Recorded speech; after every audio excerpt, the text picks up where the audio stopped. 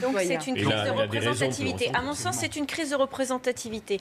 En l'occurrence, on se rend compte dans les résultats de la consultation que finalement le RIC n'arrive pas en premier dans les préoccupations de ceux qui sont consultés, mais une fois de plus, c'est pas forcément les gilets jaunes qui se sont massivement mobilisés pour répondre aux questionnaires sur Internet, qui étaient, il faut quand même le dire, très orientés, puisque c'était essentiellement un QCM.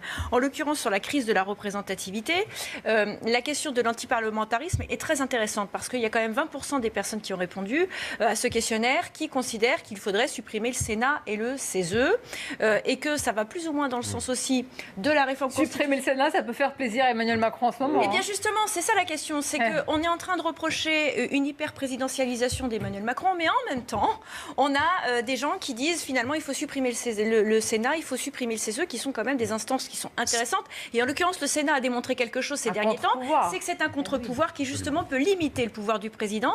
Et je rajoute une dernière couche, c'est que je rappelle que la réforme constitutionnelle qui était dans les tuyaux et qui s'est arrêtée très récemment, c'était supprimer 30% de parlementaires. Ça voulait dire de passer de 70 000 environ électeurs dans une circonscription par parlementaire à 100 000. Ça veut dire qu'en réalité, on aurait beaucoup moins de proximité des élus, et donc c'est complètement paradoxal. C'est-à-dire que d'un côté, on reproche aux élus de ne pas être suffisamment proches du peuple, mais de l'autre, on envisage de supprimer des élus. Donc il y a quand même un paradoxe assez surprenant, et j'espère que s'il y a toujours une réforme de la Constitution dans les tuyaux, eh ben on va réfléchir à la faire autrement, parce qu'à mon sens, c'est une idiotie. Par contre, dans cette réforme, il va falloir envisager une représentativité plus affinée, c'est-à-dire qu'il faut que tout le monde soit représenté à l'Assemblée nationale. Donc la proportionnelle semble être une obligation, mais il faut associer cette proportionnelle à un vote obligatoire et à un vote blanc, parce que ça va rendre davantage légitimes les élus qui accèdent au pouvoir. D'ailleurs, les Italiens, aujourd'hui,